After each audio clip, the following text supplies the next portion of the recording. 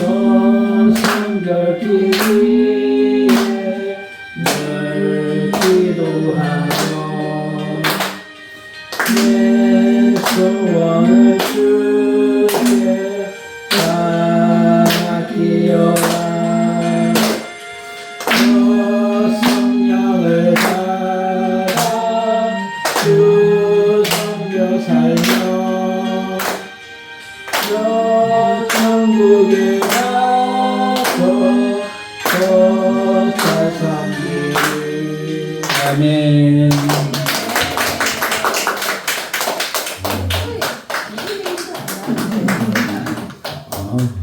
목소리도 멋지고 반주도 멋지고 여러분 찬양 들으시니까 기분 좋죠? 네, 감사합니다. 이거보다 배로 더 잘하는데 오늘 배로 좀 못했어요.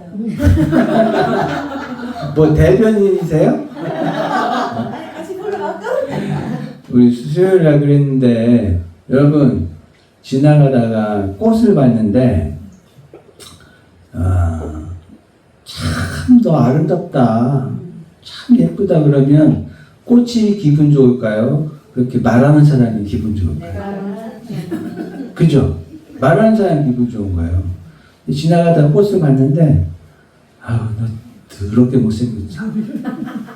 뭐 이런 꽃이 다 있어. 이러면 꽃이 기분 나쁠까요? 말하는 사람이 기분 나쁠까요? 그죠? 그런 거예요. 여러분 내가 행복해야 돼요. 예배 드릴 때. 그러면 여러분이 나를 위해서 박수를 쳐주시면 여러분이 기분 좋을까요? 내가 기분 좋을까요? 박수 쳐주는 사람이 기쁜 거예요. 그래서 제가 이 손을 들면 박수를 치세요. 자, 한번 해봅시다. 형님도 크게 내리면 그만두고 이렇게 하면 와! 하세요. 박수를 인도하실 때는 박수를 치지 말고 와만 시작.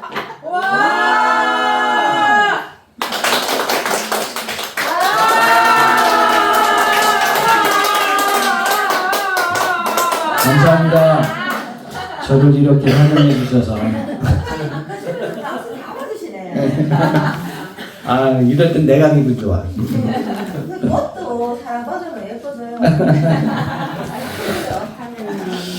자, 이제 말씀 들어가도록 하십시다.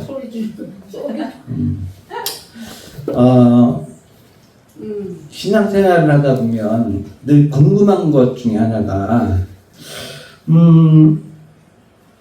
하나님은 전능하신데 왜 이 세상에 악한 자들 있잖아요. 아주 얄미운 사람들. 그 아주 편법을 통해서 요리조리 빠져나가고 자기만 땅땅거리게 잘 살고 남에게 피해주고 또 교회 안에도 그런 분들이 계세요. 왜 하나님은 그런 사람들을 가만히 놔두실까?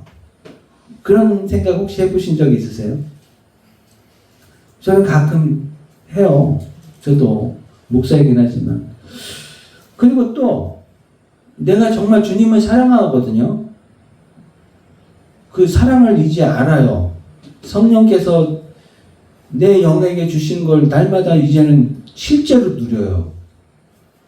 그래서 몸이 피곤하고 지치기도 하지만 제가 이 원고 작업하느라고 한 달 반을 적어도 3-4시에 잔 것 같아요. 거의 매일.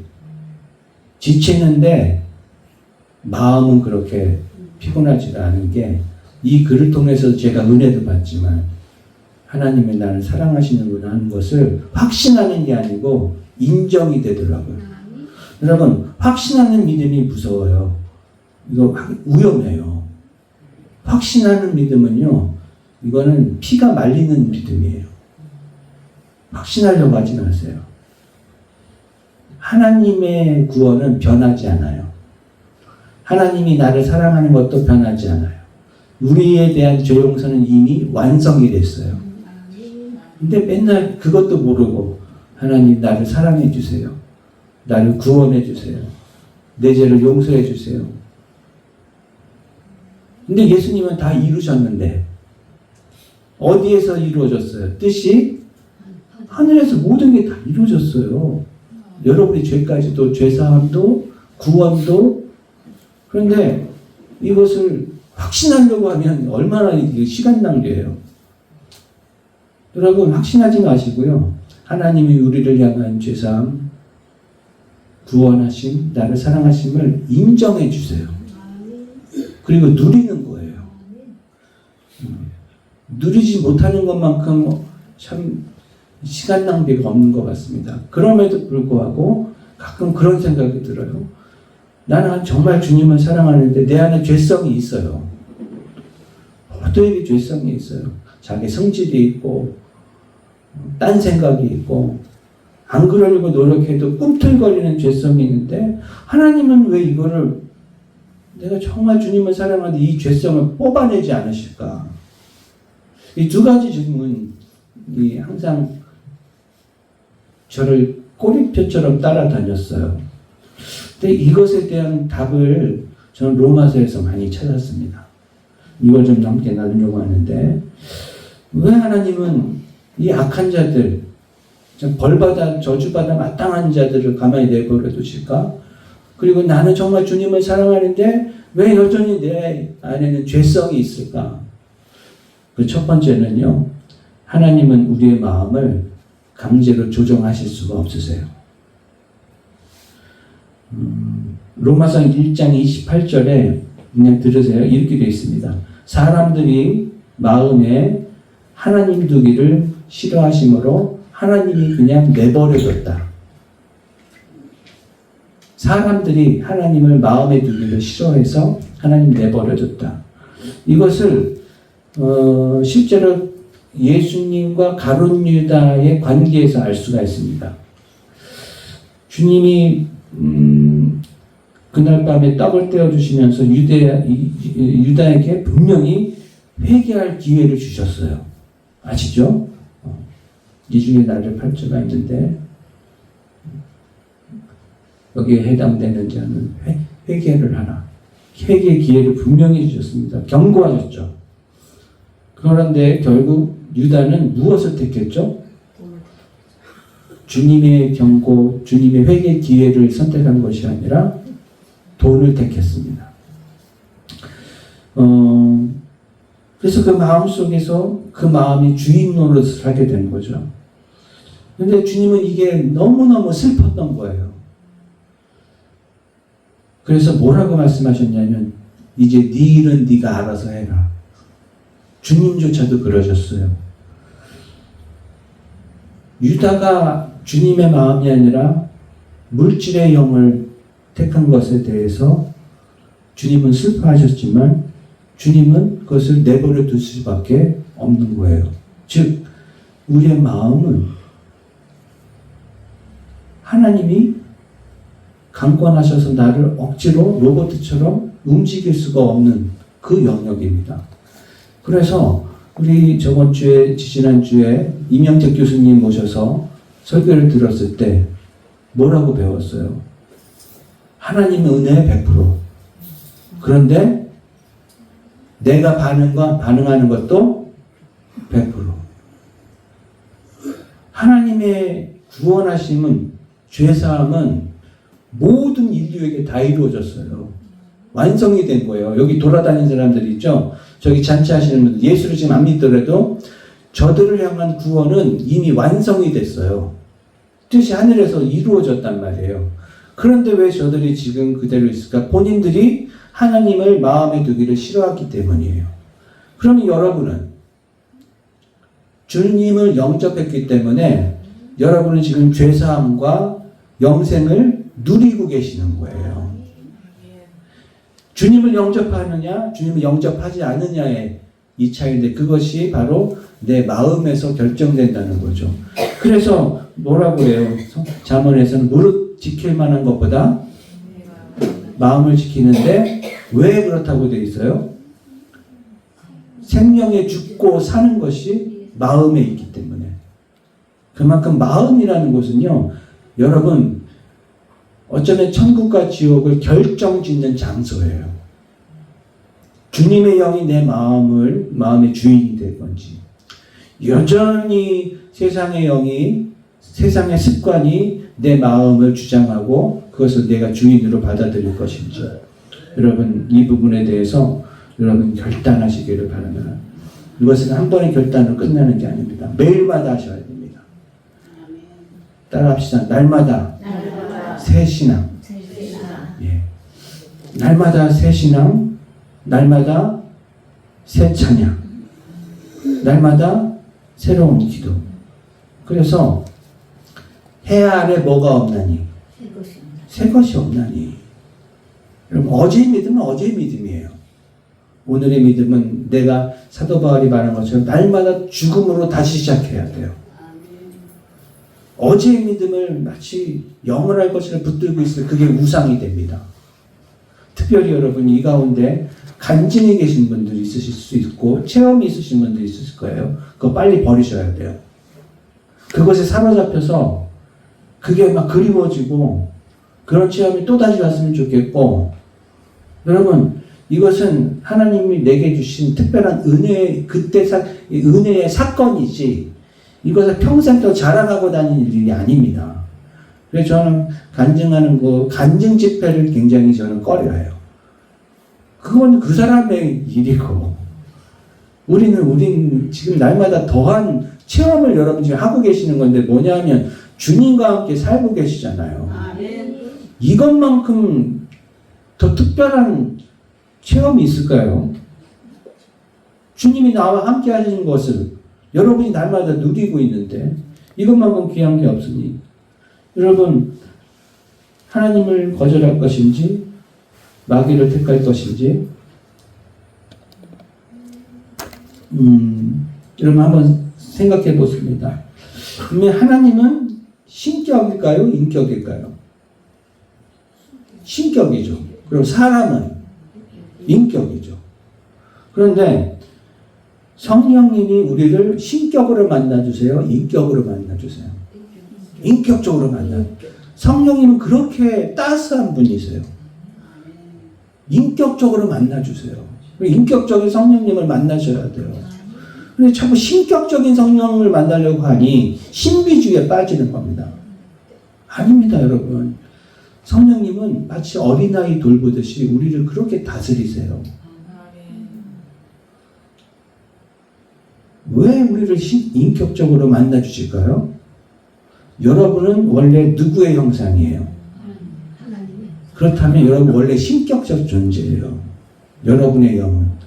우리를 인격적으로 만나주시는 이유는 우리로 하여금 다시 인격적인 분을 끌어올려서 성령 충만함으로 신격적인 존재로 이 세상을 다스리도록 하기 위해서입니다.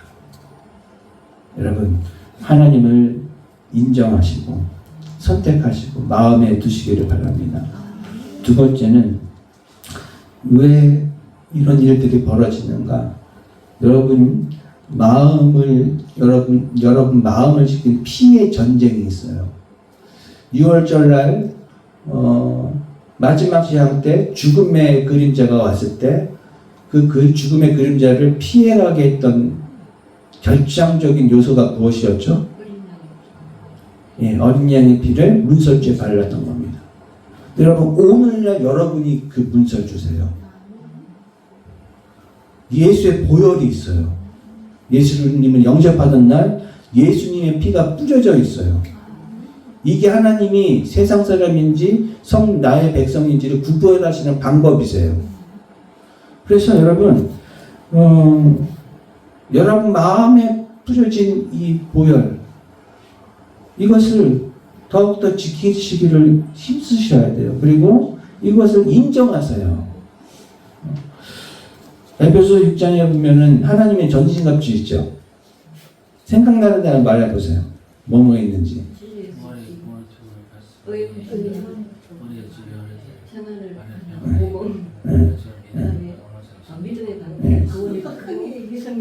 여섯 가지 무기가 나와요. 그죠? 그런데 잘 보시면 진리의 허리띠, 의의 호심경, 평안의 복음의 신, 믿음의 방패, 구원의 투구는 공격할 때 사용하는 게 아니에요. 대부분 방어할 때 사용해요. 근데 이 여섯 가지 중에 단 하나가 공격용이에요. 그게 뭘까요? 말씀의 법이에요. 여러분, 오직 말씀을 검삼을 때 여러분 이 피는 놀라운 능력을 가지게 됩니다. 여러분, 날마다 분별하고 날마다 결단하셔야 될 것은 이 내적인 전쟁, 저는 영적 전쟁이라는 말을 좀 사양했으면 좋겠어요. 그냥 내적 전쟁, 내적 자아, 내적인 혼란들, 결정해야 되는 그 갈등, 이 내적 전투에서 우리를 지키는 유일한 방법은요, 말씀이 아니고는 이길 수가 없습니다. 내 힘으로 안 돼요.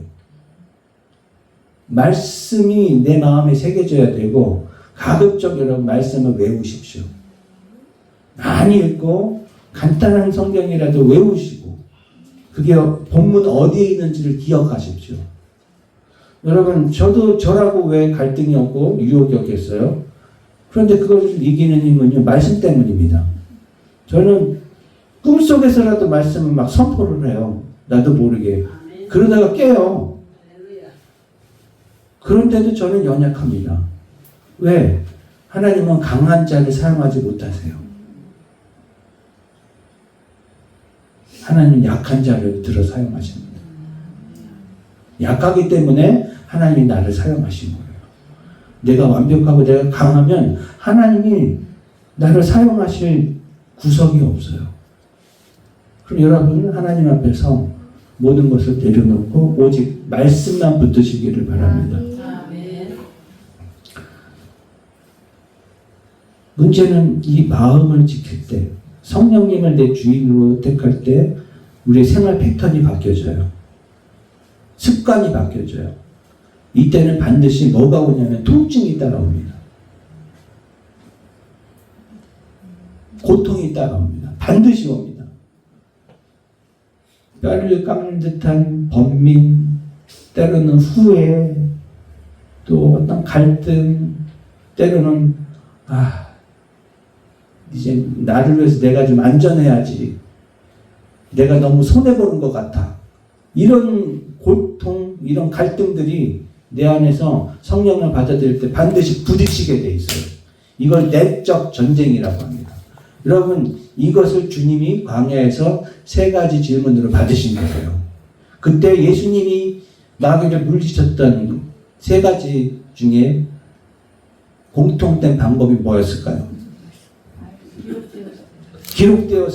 기록되었을 때 하나님이 가라사대 하나님이 말씀하신 것으로만 물리치셨어요.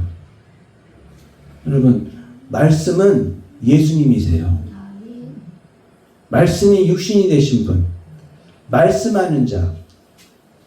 창세기 1장에 천지를 지으신 하나님이 나오고, 성부 하나님 나오고, 수면 위를 운행하는 하나님의 영이 나오고, 빛이 있으라 말하신 성자 예수님이 나옵니다.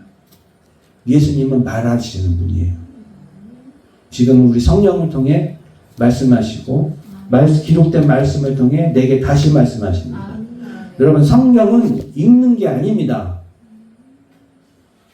정확히 들으십시오. 성경 읽는 게 아니고, 성경은 내가 읽고 묵상할 때, 내게 도로 말씀하실 때, 이 말씀이 내게 말씀하실 때 성경이 됩니다. 그때 이 말씀이 능력이 되는 겁니다. 읽는 것으로 능력이 되지 않습니다. 3번째입니다.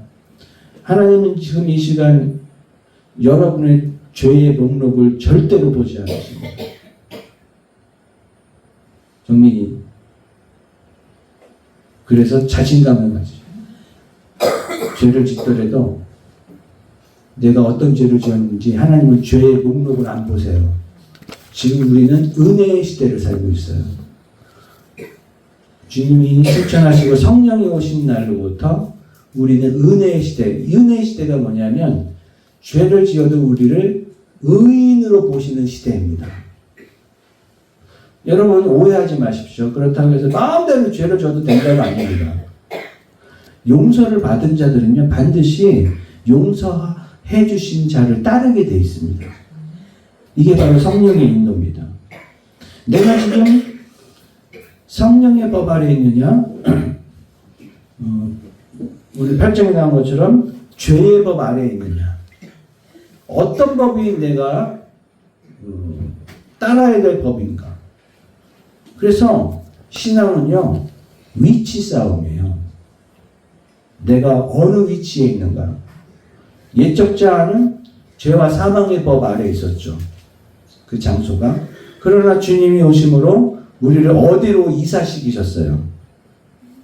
성령의 법 아래 우리를 이사시키신 거예요. 이걸 거듭남이라고 그래요. 여러분은 지금 현재 성령의 법 가운데 계신 거예요. 그런데 그거 사실을 모르고 날마다 죄책감이 있다면 여러분, 예수님이 우리에게 하신 놀라운 일이 헛되는 것이 되지 않겠습니까? 여러분 기억하십시오. 하나님은 여러분의 지은 죄를 기억하는 것이 아니라 얼마큼 하나님의 말씀을 지켰는가를 보십니다. 그래서 오늘 중보기도, 오후에 중보기도 때부터 좀 특별한 기도회를 할 거예요. 실질적인 중보기도회를 좀 하려고 그래요. 그거는 제가 늘 말씀드렸던 겁니다. 기도를 어떻게 하자고 그랬죠? 나도 모르는 기도하지 말고 기도한 대로 살 만큼만 기도하자. 여러분, 우리 기도 그렇게 합시다. 물론 나라를 위해서 민족을 위해서 기도해야 됩니다.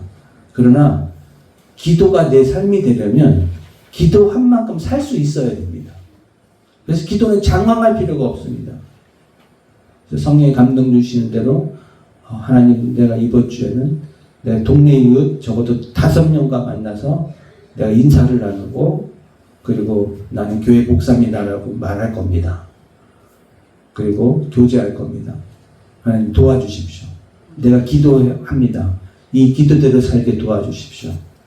여러분, 이것이 바로 나를 용서한 자를 내가 믿는 만큼의 기도가 되는 거예요.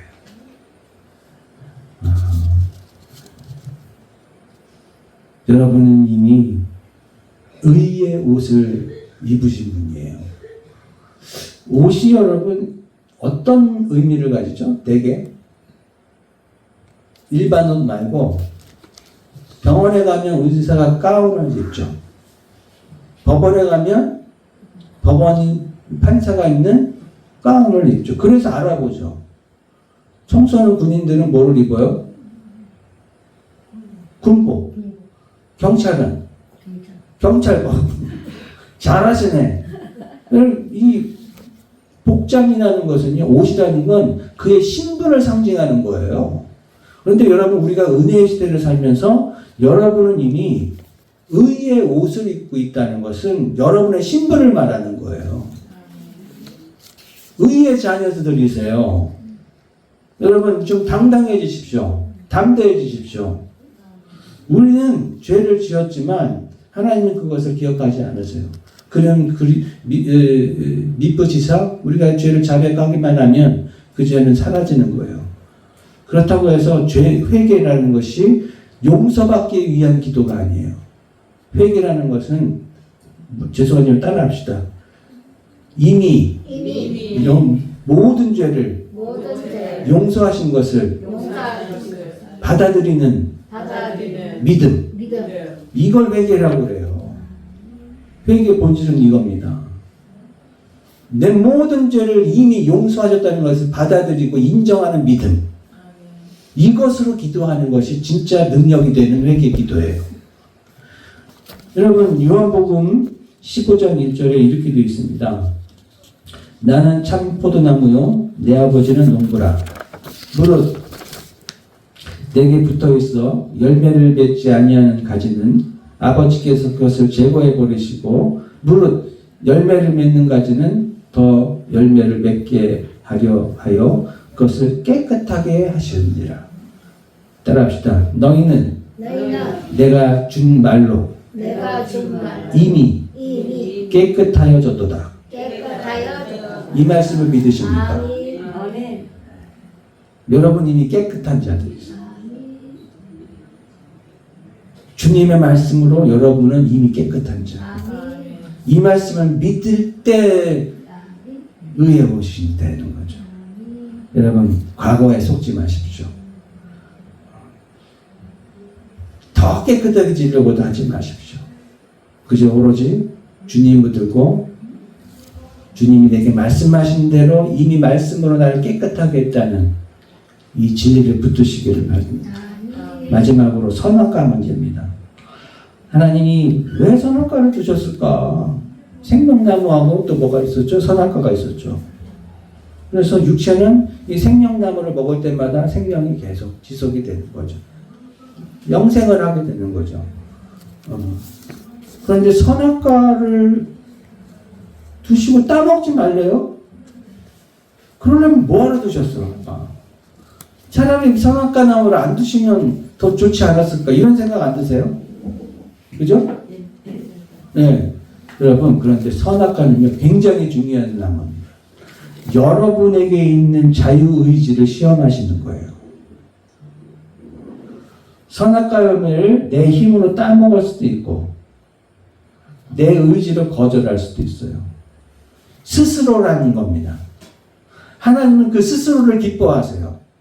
그래서 하나님은 어떤 예배를 기뻐하신다고 그랬어요? 스스로 예배하는 자. 그래서 선악과는요, 네 힘으로 살래? 아니면 나의 은혜로 살래? 이걸 묻는 거예요. 내 힘이라는 것은 내 수고, 내 정성을 말해요, 오늘날. 그것을 가지고 내가 선악과를 따먹을 것인가?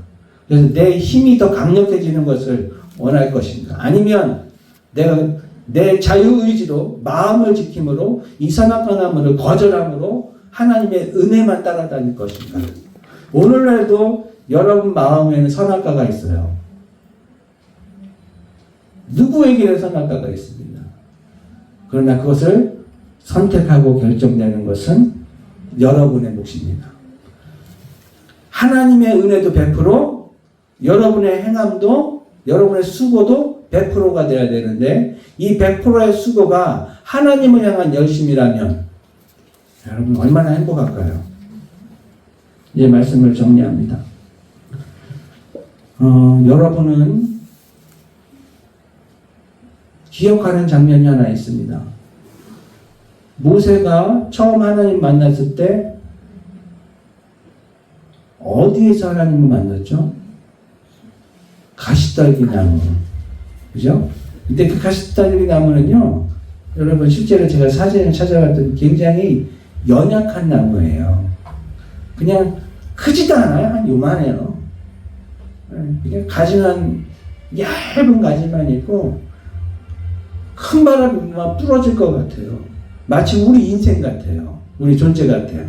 그런데 하나님 그 나무를 선택했어요. 그래서 그 나무 가운데 하나님이 나타나시는데 불로 나타나셨어요. 여러분, 그리고 불타는 이 가시떨기 나무로 하나님의 존재를 드러내시는데 그 불이 붙었음에도 불구하고 가시떨기 나무가 타서 없어졌나요? 아니에요. 그 가시떨기 나무 불이 붙었음에도 불구하고 그 불은 하나님을 의미하기 때문에 타서 없어지지 않았습니다. 자, 바로 여러분이 가시떨기 나무예요. 따라합시다. 나는 가시떨기 나무다. 여기에 성령의 불이 붙은 거예요. 그래서 이제 여러분은 가시떨기 나무 같은 연약한 존재임에도 불구하고 재가 되거나 타서 없어지지 않아요. 그 불 가운데 하나님이 드러나시기 때문입니다. 말씀을 마칩니다. 여러분, 오늘 여러분에게 주신 감동의 마음이 있다면 여러분 이것을 잘 간직하셔서 이것을 한 주간의 기도 제목으로 삼으시기를 바랍니다. 무엇보다 말씀 앞에 서시는 것에 여러분 정성을 다하시고 말씀을 내 것으로 취하기 위하여 나의 영적 무기가 되기 위해서는 말씀을 주의하러 묵상하시며 되도록이면 외우십시오. 간단한 성경이라도 그래서 툭 누르면 그 말씀이 튀어져 나올 수 있도록 여러분 주님의 말씀과 함께 여러분 안에 여전히 죄성이 있을지라도 내 주변에 악한 죄가 있을지라도 이제 그거 상관하지 말고 그것은 그들의 몫이니 나는 하나님을 택할란다. 아멘. 이 마음 가지고 우리 함께 공동체 생활을 하시기를 간절히 축원합니다.